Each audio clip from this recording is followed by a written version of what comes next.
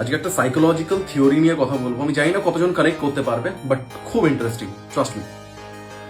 একটা প্রিজনার থাকে, মানে কয়েদি যাকে বলি আমরা। তো কয়েদিটাকে বলা হয় যে তোমার কাছে দুটো অপশন রয়েছে, ইদার তুমি ফাঁসিয়ে নিয়ে নাও, ফাঁসি নিয়ে মৃত্যু নিয়ে নাও, আর না হলে তোমাকে সাপে কেটে মৃত্যু দেওয়া হয়। তো তার কাছে ইজি মনে হয় যে হ্যাঁ, সাপে কাটলে কোনো অসুবিধা নেই, ঠিক আছে।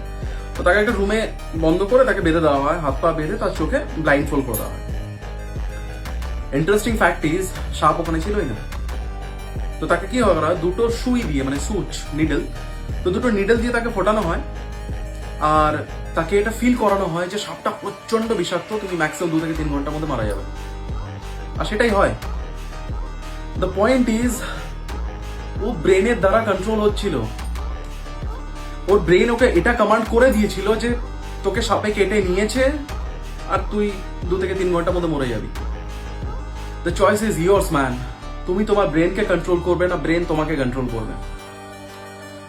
অলওয়েজ রিমেম্বার যে ব্রেন এত একটা সেন্সিটিভ জিনিস না, এত একটা বাজে জিনিস না যে ও যদি তোমাকে একবার নেগেটিভিটি ধরিয়ে দেয় তো তুমি ওই নেগেটিভিটির দিকেই ফ্লো করবে, তোমার মোমেন্টাম নিয়ে নেবে, গোটা লাইফ ওই মোমেন্টাম নিয়ে নেবে। তো it's the time, this is the time যেখানে তুমি তোমার ব্রেনকে কমান্ড করবে, দ্য ব্রেক ইজ ওভার। যা হওয়ার সব হয়ে গেছে, now the break is over and you are about to start. লাইফে সিচুয়েশন এতটাও খারাপ হতে পারে না যেটা কন্ট্রোলেবল না, যেটা চেঞ্জ করা যায় না, ট্রাস্ট মি।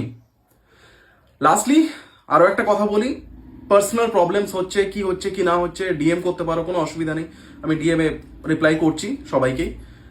তো ক্যারি অন ম্যান, বসে থেকো না, ব্রেনকে কন্ট্রোল করো। যদি ব্রেন তোমাকে কন্ট্রোল করে না, শেষ করে দেবে তোমাকে।